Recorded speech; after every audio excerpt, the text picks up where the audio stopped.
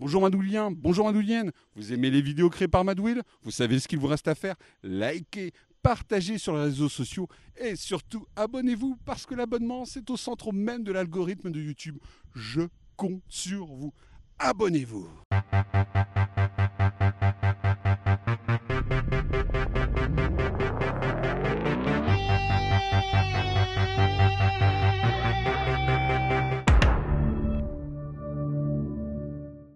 Si d'ici demain matin, tu n'as pas coupé ces monstruosités, je le ferai. Mais J'ai rien. Mais Ah, tu dis mais Lancer le marteau. Quoi? à tous les coups. Je t'en ficherai des mais.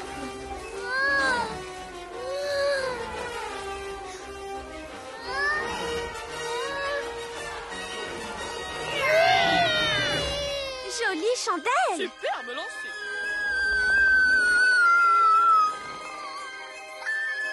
Est-ce qu'elle va passer la grille? Ça se pourrait, de peu.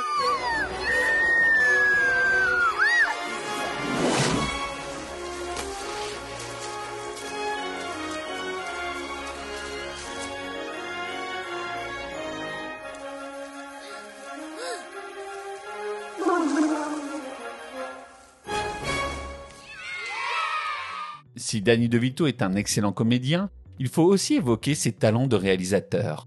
Outre Mathilda, sur lequel je vais revenir, il nous aura offert au cinéma 2 comédies de haute volée, que ce soit La Guerre des Roses ou le foutraque Crève Smokey Crève.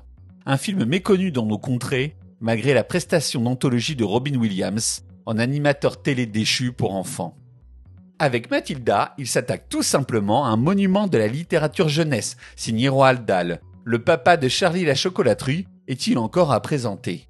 Que ce soit Le Bon Gros Géant, Sacrée Sorcière ou James et la Pêche Géante, bon nombre de ces romans ont été des succès en librairie et furent adaptés au cinéma. Danny DeVito choisit pour interpréter sa jeune héroïne la craquante Mara Wilson, qui s'était fait un nom avec Madame Doubtfire et le remake de Miracle sur la 34e rue. DeVito, comme à son habitude, joue dans le film, en plus de le réaliser.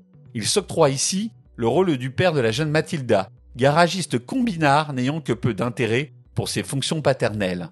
Enfin, il engage Embeth Davids pour interpréter la jeune professeure qui se prend d'affection pour notre jeune héroïne.